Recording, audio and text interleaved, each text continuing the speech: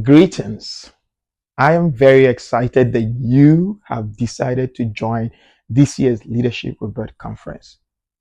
Did somebody say 8.0? Wow, 8. 8 years in making. And I'm almost tempted to ask who have attended Leadership Rebirth Conference from the first one to the eighth one. I can see some people nodding their head and raising their hands. I'm like envious of you because I wish I have attended all of it. But like every other person like me, and this is your first one, or this is your second one, or the third one, you are not alone. What is important is that you made it to this year's Leadership Rebirth Conference. And you know what makes this year's one very special? Is because it's a bold leadership edition. It prepares leaders not just to be leaders, but to be able to be bold leaders.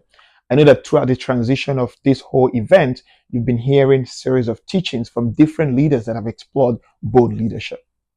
But before we dive into what we have here today, I want to be able to express my greatest and sincere thanks to my very good friend and brother, Solomon. I want to thank him and the leadership of the planners or organizers of this year's Leadership Rebirth Conference for this wonderful opportunity that they've given me to be part of the speaking. To share my story, to share my time, and to be connected with all of you seated here today. So thank you, and I don't take this opportunity for granted. So when I'm thinking bold leadership, please, just so you know, this is summer in the US, and you'll be wondering, why is he outside? Yes, because it's bright, it's sunny, the weather is really beautiful outside, and I'm just sitting behind my grill. So just relax as I'm relaxing and enjoying the beauty of nature of summer in the US. Anyway, back to what we're discussing. Don't mind me. Bold leadership. When I thought of bold leadership, I think of, where do I start from? Bold leadership. But like in this technology, I know there's so many young people in the room, and I ask myself, where do I even get my opportunity? Before now, people we Google things or we stuff. I decided to go to the most recent AI generated information and ask myself, let's go to ChatGPT or Copilot and ask what is bold. Well, who is a bold leader, right? And I'll start with what the Copilot tell me. The Copilot says it this way. It says a bold leader is someone who transcends conventional norms and patterns. They fearlessly apply novel, lofty ideas to create innovation, inspiring and guiding others towards greater good. These leaders think towards big, set high goals, tackle large projects, and aren't afraid of challenging powerful competitors. Seeking feedbacks and inventing in improving ideas are also of their approach. Remember, being bold doesn't mean acting without purpose. Bold leaders channel their ideas and action towards meaningful outcomes. Everything that is stated here is true. One by one of it, right? I hope you get the point or the gist of what the definition is. And that is what Copilot thinks of a bold leader. Let's look at ChatGPT and see what ChatGPT thinks of a bold leader. So ChatGPT tells us, I want you to note some of these points down. It says a bold leader is someone who demonstrates confidence, courage, willingness to take risk.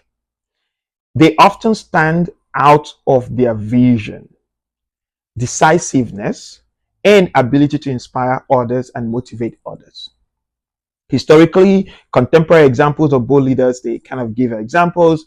I don't want to go into that part, but in summary, it says that bold leaders often challenge the status quo, embrace innovation, and are willing to face diversity. If you don't get anything from all this definition, one of the things that stood out or that is very consistent in two of the definitions we just had this afternoon is a bold leader is consistent, innovative, right? And not afraid to change the status quo, the norm, what everybody is doing. So today I will be sharing seven qualities that I think, for me, that has prepared me as a bold leader. And just to give you a little background about me, I know that you've listened to my background, and I won't bore you again with another profile of myself. But if you know me, and people that know me knows that One of the things I don't do is I don't take no for an answer. And that is what, when we talk about bold leadership, we talk about people that challenge the status quo, right? And if you want to change things, you can't just take no for an answer, right? You will have to work towards making things, effort to change what everybody thinks is conventional. Probably you've heard this statement when people say, oh, this is how we do it. Oh, this is how we've always done it. Wrong answer, right? You come into an organization and everybody's telling you, why do we do this? Why do we actually do this like this? And you hear statements like, oh, that's how we've always done it. Wrong answer.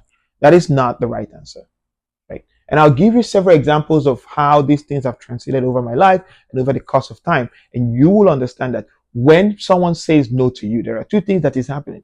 Either they don't know the answer or they are not willing to make a change.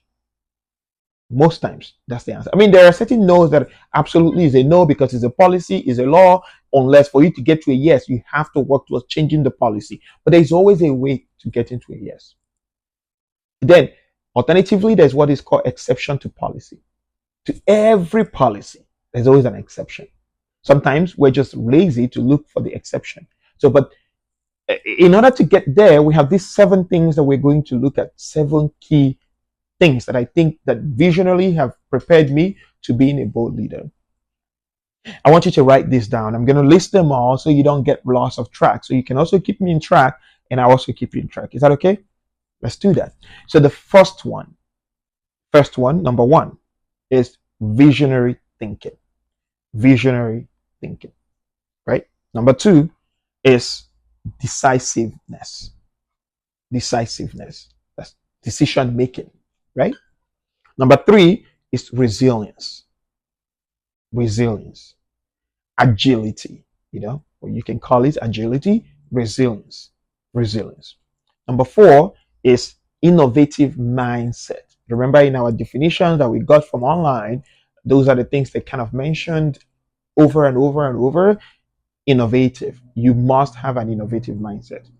5, empathy and communication. Empathy and communication. Number 6, accountability. And number 7, inspirational. Inspirational. So let's go back into our beginning of breaking some of these positions down into these 7 categories that I mentioned. First of all is visionary thinking. A bold leader must have a clear and compelling vision. Understand those words. Clear and compelling vision for the future that can be articulated effectively. You must have clear and what? And compelling, convincing vision. No, my vision is to be the governor of Enugu State. Yeah, that's a good vision. Is it clear? Do you have a clear path? And is it compelling? Is it convincing? Like, you must be able to convince or compel everyone else that I am the right person to lead the state into the right direction. And if without me, this is what is going to go down. It must be very visionary and it must be compelling. If you're in an organization, if you're in an institution, and you're trying to do things like, oh, I want to do this, I want to do that, and no one is listening to you. Yes, because probably you've not thought about the vision. One is having the vision. One is the vision enough? Is it compelling enough to motivate others? Remember, a bold leader cannot work by themselves. That makes sense? So where are the things where I've used some of these tactics is, first of all, is seeing myself as a president early on. The vision must be clear and compelling. I'll give you an example. When I first got to ASUT, very freshman, first year student at ASUT, I met this guy who is the president of Faculty of Applied Natural Sciences, and I had a vision to become the president of a Faculty of Applied Natural Sciences. And from that early on, I met him, and I started following him. I started watching him closely. I started wanting to know much about him. I started following his footsteps. He's higher in class, more than like 2 steps above me, because he's in 3rd year, I think, and I'm in 1st year. And I'm here following him and following some of his prospects and watching him closely. From there on, I started thinking about what are the things that I need to do to be able to be more compelling? I have a vision. One, that's enough. Vision is not just good enough, but is it compelling enough? Right? By the time I started getting close to this young man. I started introducing myself, and he started seeing reason that, hey, this is the guy. If we are going to lead this faculty to the next direction, this is him. Then he bought into the idea, and he started preparing me into becoming a leader.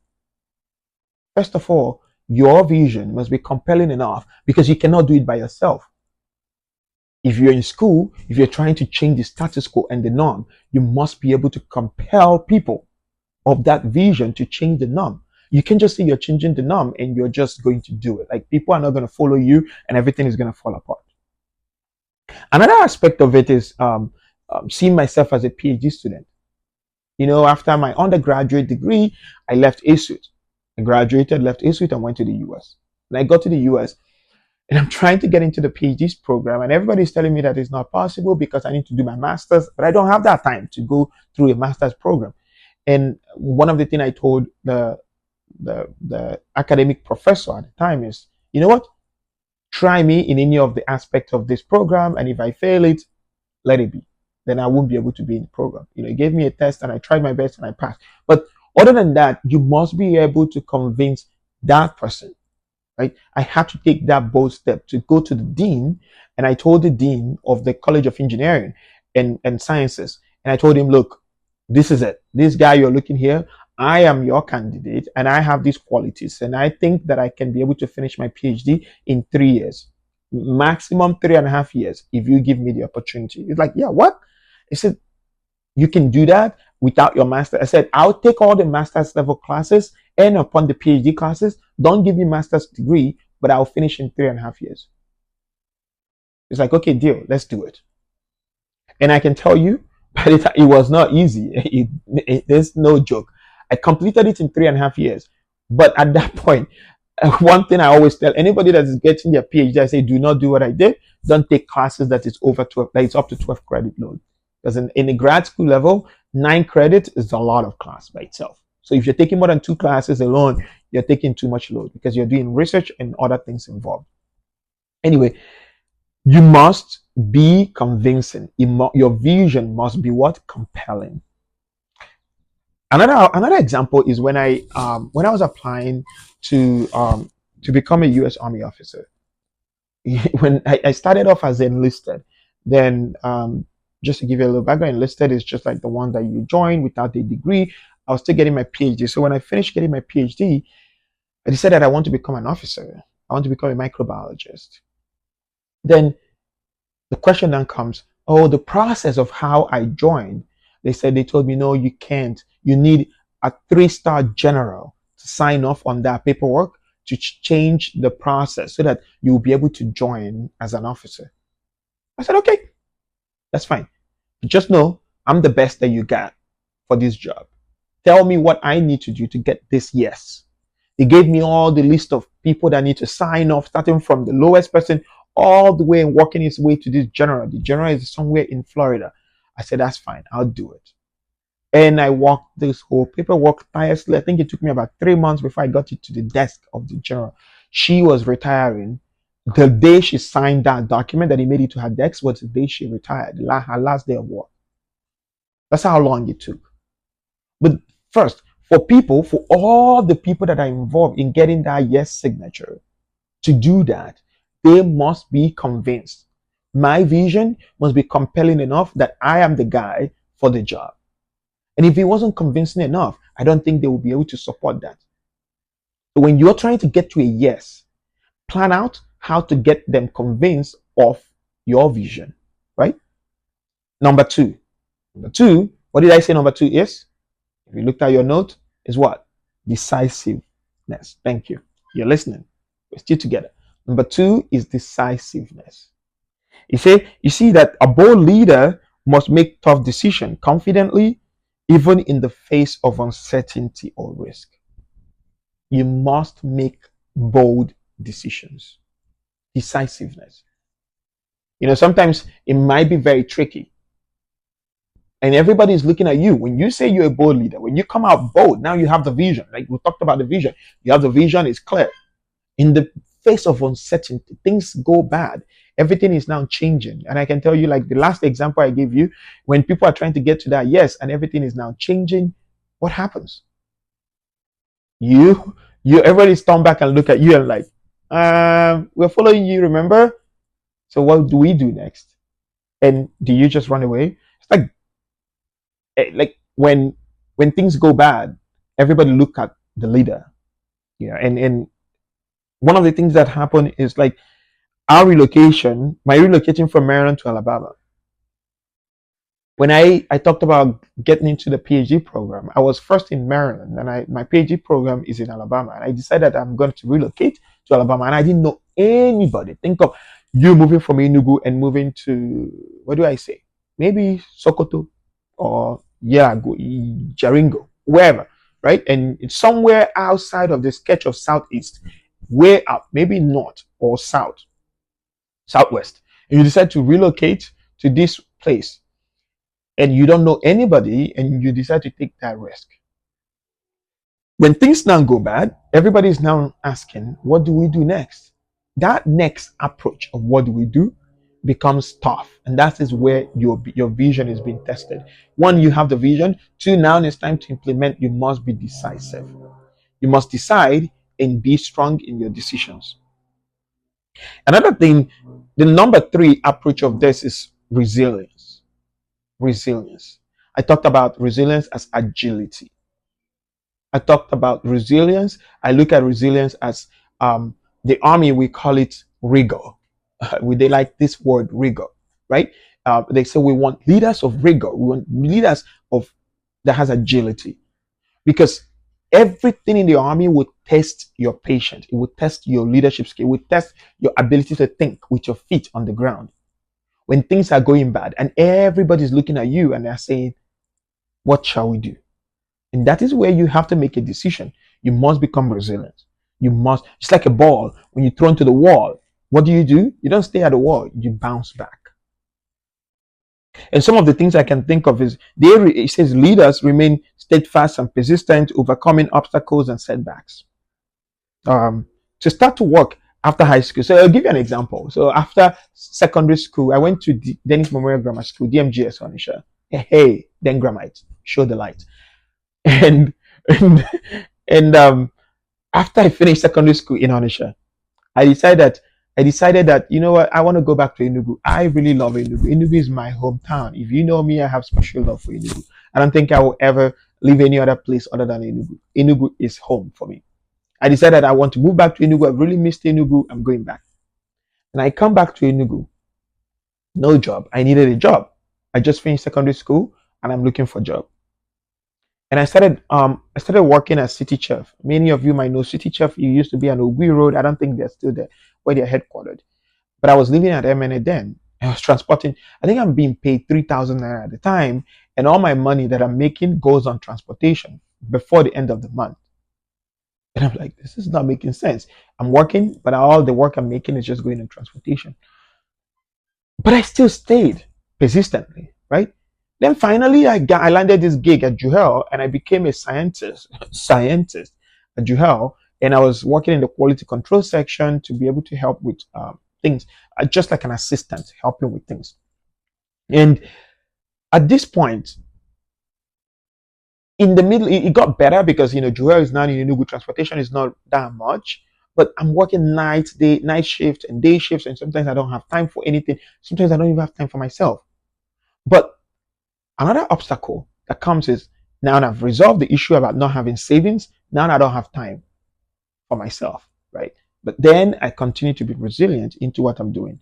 So what I'm telling you today is, no matter how much you start that new thing, your new job, the new thing, the trainee that you're doing, some kind of skilled stuff that you're trying to get yourself into and get your hand into, at the beginning, it might look as if nothing is happening. Give it time. Persistency, resiliency, rigor. Life is going to test you. You must be rigorous in making sure that things happen, right? Another thing, many of you know, might be able to, when you hear that someone failed JAMB, you're looking at one of them, and I don't even know, to someone Does someone actually fail jam? I don't think so. I don't know, but you guys, I know some of you might be able to tell me, but I don't know if someone actually, when we say someone failed jam, jam has a, oh yeah, jam has a cutoff mark, and if you don't meet the cutoff mark, then you failed. Yeah, that makes sense. So then actually, I don't think I failed. I think people fail. I think people just don't meet the cutoff mark. Anyway, that's a conversation of another day of defining what fail means and what not meeting cutoff mark is. And if there is a set threshold, and if you don't meet the threshold, and someone can argue, yeah, that I failed, but I didn't meet the threshold and I didn't meet the cutoff mark, so I didn't go to school in the first year of me finishing. So after I left, because I'm working and doing all of these things, I didn't meet the threshold. I didn't get in school. So now at this point, I'm like, oh yeah, it's never gonna happen. I'm not getting into school. But by and large, bottom line is eventually the boy you see here finally got admission into a suit, and I made it through. Right at the face of that adversity, I continue to persevere. You continue to press on. You continue to push. Another example is my driver's license, and I know that when I share this story, people are very people that know this story always think so. I'll tell you guys this story. So when I came to the US first, I used to drive in Nigeria. I have my Nigerian driver license, and for some reason, there's what is called parallel parking.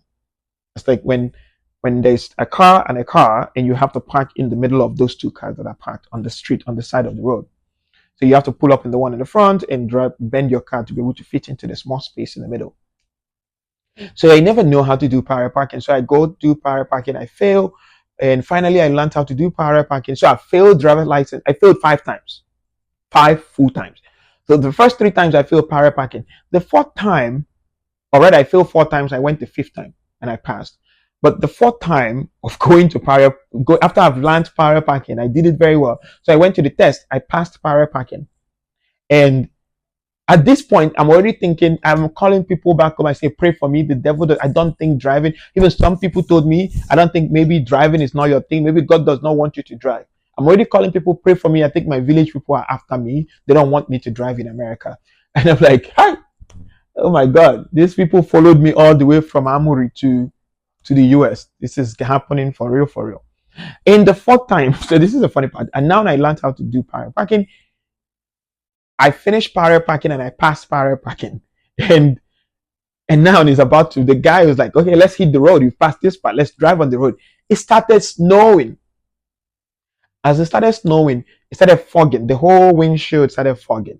And if you're running a wet MN buses, when it's raining and it's fogging the glass, what do? They find towel from the side and like and wipe the windshield. So I'm like, am I supposed to wipe this thing or the windshield? What am I supposed to do? And I'm still driving and I'm driving and I'm driving. And the guy is like, can you see? I'm like, no. He said, pull over. You're a danger to yourself and other drivers on the road. I'll take over from here. The guy got in and said, you know what? When this happened, you press the vent on, make sure the air condition is on, and press the vent that wipes heats up the windshield. I'm like, wait, what?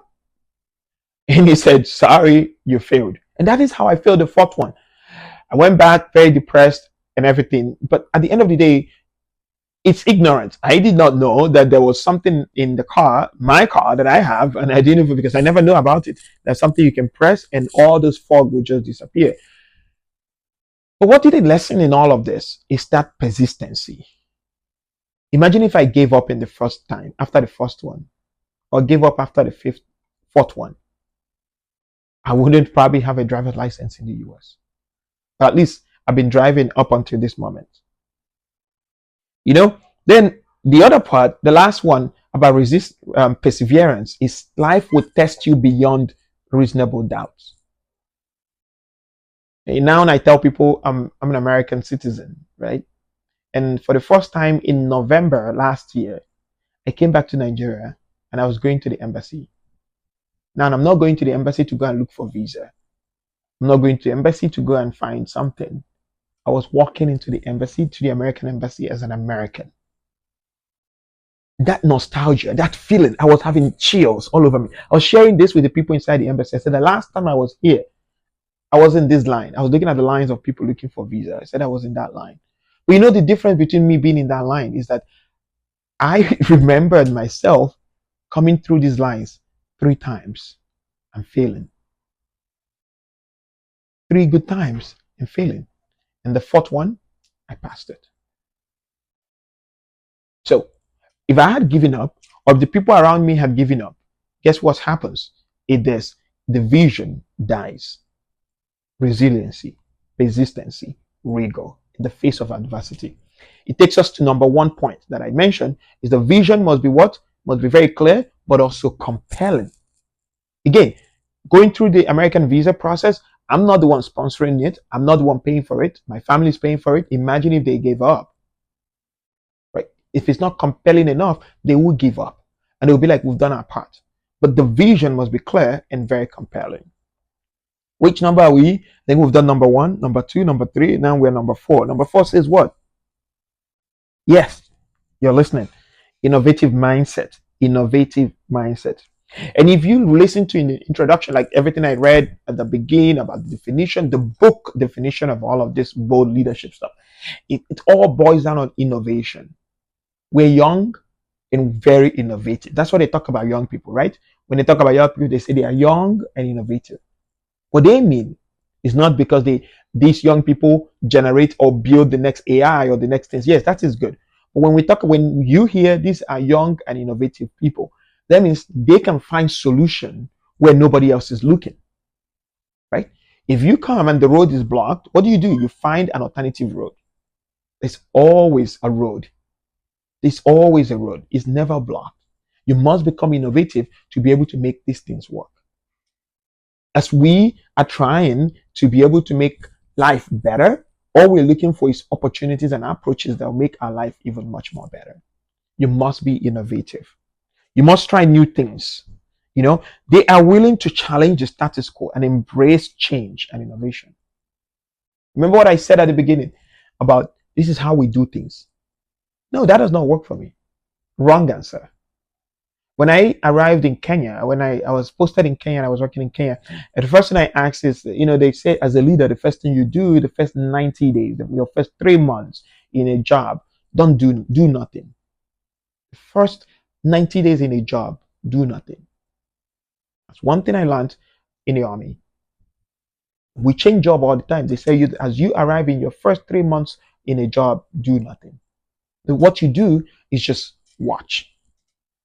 Go through the process, follow people, watch what they're doing, right? And at the end of the day, what is going to happen?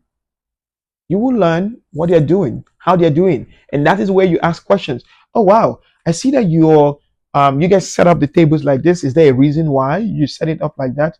Oh no, that's how we set it up. It could be that somebody somehow just set it up that day and they left over the years, many years, and that is how they set it. Now you know that there is no reason to that, and you can make changes if that is not right.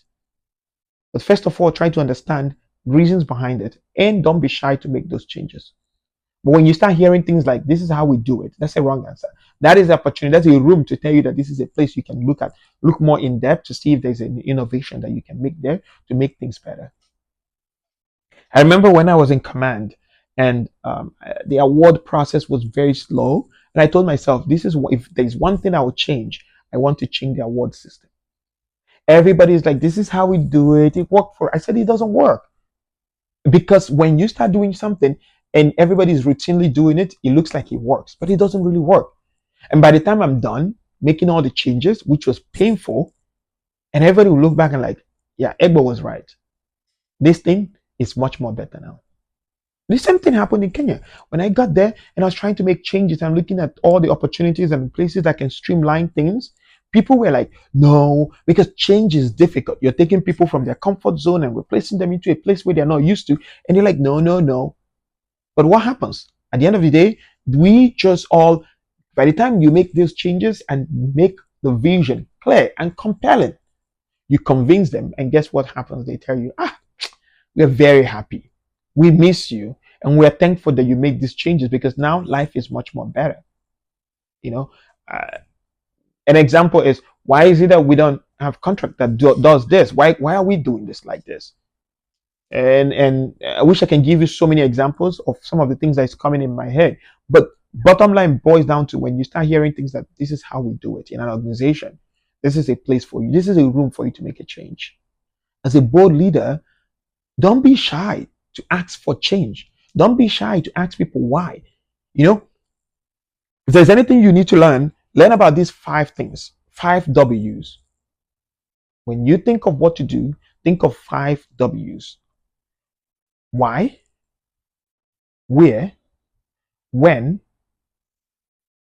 what, and where. Why, when, where, what, and when. Right? 5 W's.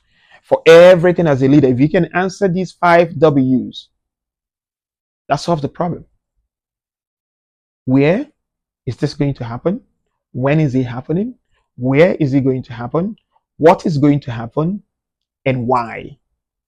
If you can answer these 5 W's, to when you approach people and you act, an example is when people ask me for money in Nigeria, they call me, my friends, my family, and they ask me for money, and they say they need money.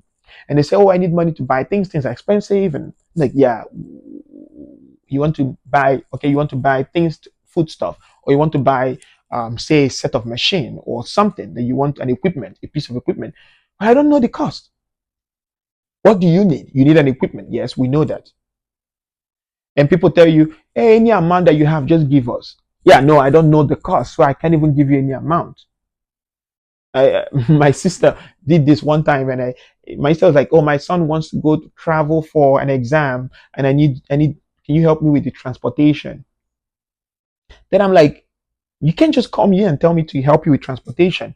Like, how much is transportation? Now I know where are they transporting to? Like, all these things are very important, because I can't remember last time I entered public transportation in Nigeria, right? So I decided to give her 1,000 naira, and I realized eventually that he's going to Abuja, and I gave her 1,000 naira for the transportation. She was so mad. She was like, really? You give me 1,000 for him to transport to Abuja? Would 1,000 even bring you from Abuja to Enugu?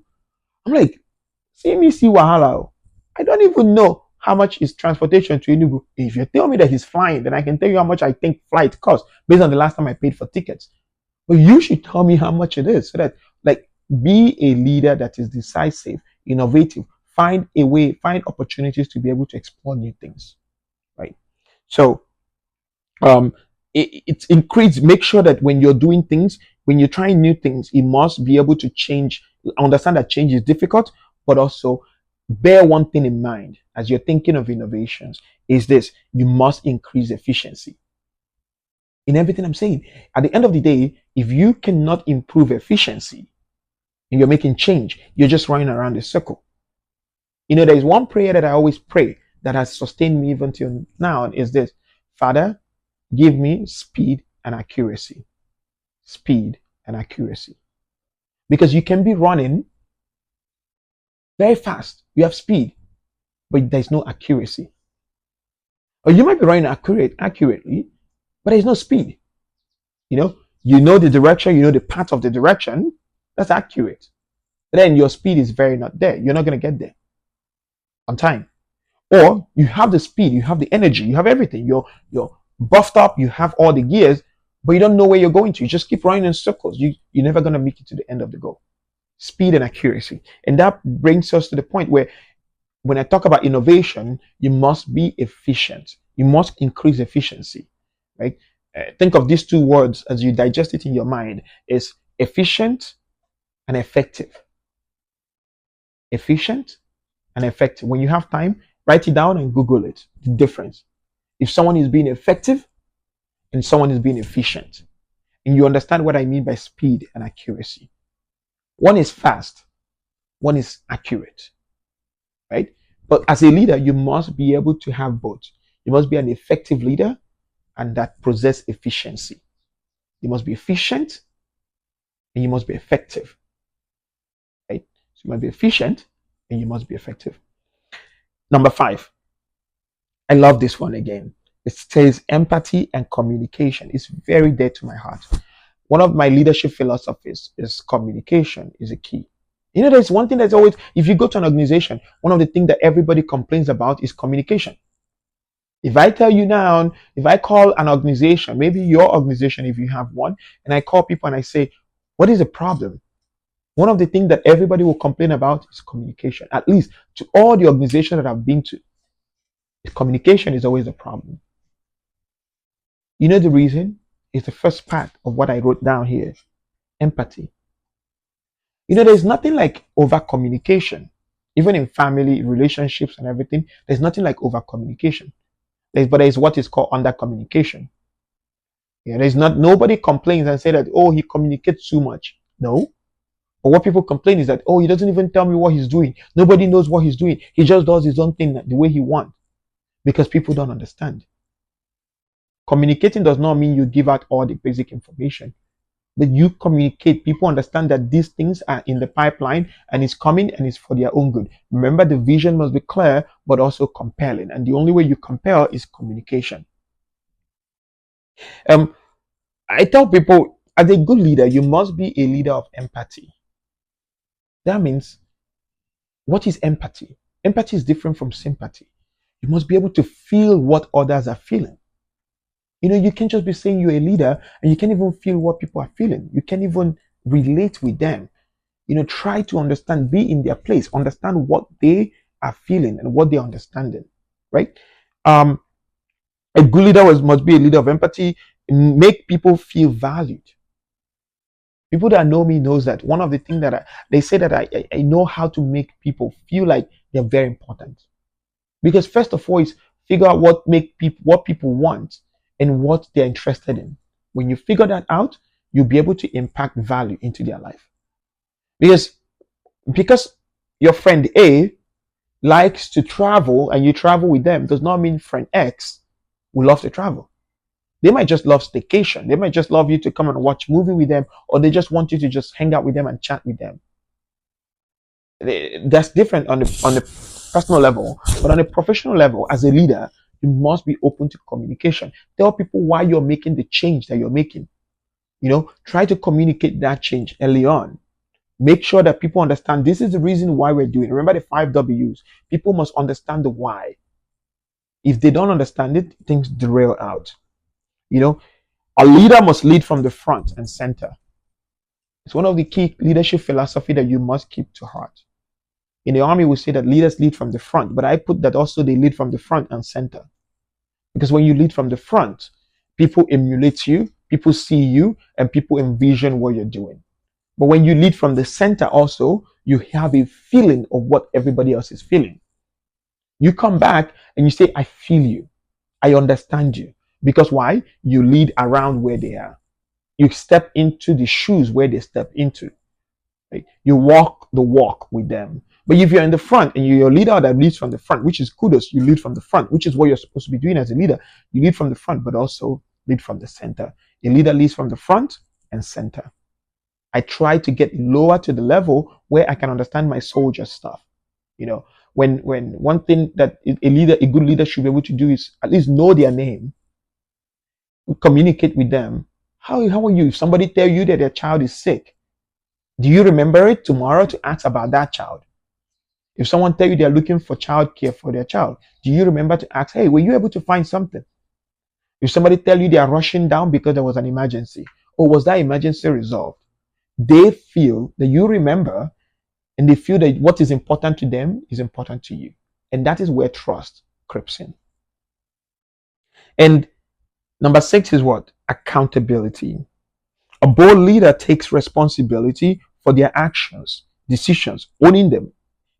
Own the aspect of everything you do and avoid blame game.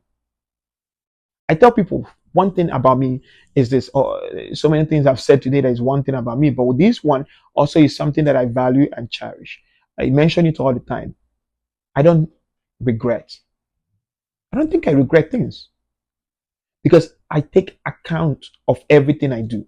I'm accountable to my actions.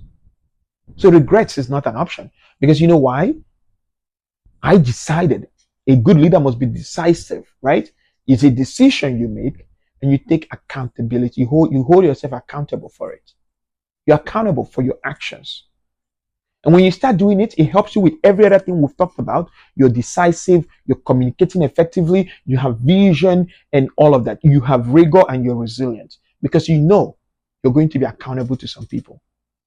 You know, some of my friends here in this room probably know me, and we have a checkmate things that we talk about, and I hold them accountable and I ask very tough questions. Why are you doing this?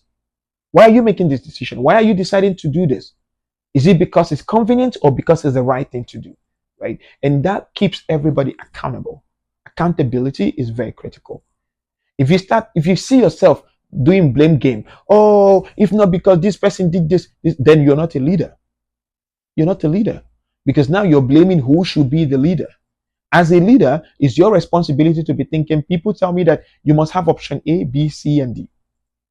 You know, you must have a PACE plan. In the military, we call it PACE plan, where you have primary, alternate, contingent, and emergency. Right? What is your PACE plan? So that way you're not blaming people. Because if your primary option did not work, you go to your alternate. If alternate does not work, you go to contingent. And the time contingent, all of those three fail, guess what? You lead into emergency. And that's how you figure these things out. And lastly, it's inspirational. They motivate and inspire others through their passion, energy, and commitment. Pour into others. Help others to drive. Help others to thrive. You must pour into others, right? You must be able to pour into others. Inspirational. You must inspire others to be able to do great things. A bold leader and a good leader does not leave it where it is. And there's this award that I'm being nominated for. It's called the Black Excellence Award. And you're looking at how have you inspired others to do excellent things? How do you inspire others to become great leaders? And it's listing all the things you've done, even at place of work. One of the things that we are evaluated in the military is not just your leadership skills, but also how do you inspire others? Do you inspire others to do things? How much, I call it being a leader of presence. You know, there are things that if you're here, people are doing it, people are moving chairs just because you're here. Or would people move chairs because they think it's the right thing that you would suggest for them to do? And that is where you come to, and you realize that you have been an inspiration. A leader of inspiration motivates others. My friends here and everybody else that know me will know that my life is a challenge, right? And you try to be able to inspire people and put people. I tell people this. I said, look, if I come to Enugu tomorrow, if I come to Enugu anytime, I would never be stranded. Reason is because I've built people. I've invested in people. When I say built, not like I molded them from scratch, but there has been element of investment that I've made, not necessarily money, but they believe that as the aspect of their milestones of the careers that they've chosen or the things that they've done, that I was part of it, right? And it could be just giving advice. It could be just pouring into them based on the mistakes that I've made, and I see it and I'm like, you know what? Avoid this. This is stakes thing is a no-go area. But by and large, above all, don't run alone. Make sure you're motivating somebody that will go with you. These traits enable bold leaders to drive progress, inspire their team, and achieve significant outcomes. These things that we've talked about, it helps bold leaders to, or rather, it has helped me to drive progress, inspire my team, and achieve significant outcomes. And what I'm telling you, what I'm sharing with you is at the place of it's at the place of experience, personal experience, right? Personal level of what I've done and what I've seen to be practicable. And I encourage you today, I encourage you to be a bold leader. I encourage you to pursue excellence. Encourage you in pursuit of excellence, to pursue things that are very, very thriving and exceptional in things you do. Be a leader of rigor. Don't take shortcuts. Don't take things because they are easy. Sometimes that hard road is very significant. You know, I remember the path I wanted to go to. I had a vision that I want to go to Australia, but for me to do that, I had to come to Kenya, then finish from Kenya. I had to come to Seattle for 1 year, where I am now with Bill and Melinda Gates Foundation. Then when I finish, I will get to Australia. That was a path, but that was a long path. But if I had chosen the shortcut to be in one place upon the time, when I'm in that one place, I might not have the qualifications to be able to get me to where I need to go. Because my experience in global health in Kenya and working in State Department prepares me to work with Gates Foundation. My experience working in Gates Foundation as a global health officer prepares me to be able to be an exchange, much more exchange global health officer with the Australian Defense Force. So never take the shortcut. Sometimes the shortcuts is easy and good, but also look at the end goal. How much is it getting you there? And when you do things as a leader, everybody might not see it. They might not see the point of what you're trying to get because you know the vision. But when people are getting confused, it might be that, again, go back to point one, it is not, it's not clear enough. It's not convincing enough. Lay the roadmap. What is a roadmap? What is the leading roadmap to the success where you're going to? Lay it out so that people can see it and see that we're still in the footprint. We need to get to where we're going. As a family, the same way in my family, we sit down and we lay out these things I just told you about getting to point A to point B. We lay out, okay, we want to get here, we want to go to Texas, we want to do this, this is what we want to do. How do we get there? Then we need to get to this place, get to this place, get to this place, right? We want to put the kids to a certain school. How do we get there? When you understand these road paths, when you understand these things as a bold leader, you take challenging steps. Everything, they say Rome was not built in a day. But you know what? Rome was built with strategy. And I encourage you to have strategy, strategize, be inspirational, be a leader of rigor and resilience, but also be a visionary leader. As a visionary leader, as a bold leader, you must be a visionary leader. As a visionary leader, you must take bold actions. When you take bold action, take innovative actions. And when you take innovative actions, those actions must be exceptionally innovative, that it can be able to enhance efficiency. And lastly, I thank you for giving this opportunity and listening. And I hope that I'll see you at the top very soon. And I'm looking forward to all the great things that you're going to achieve. Thank you and God bless.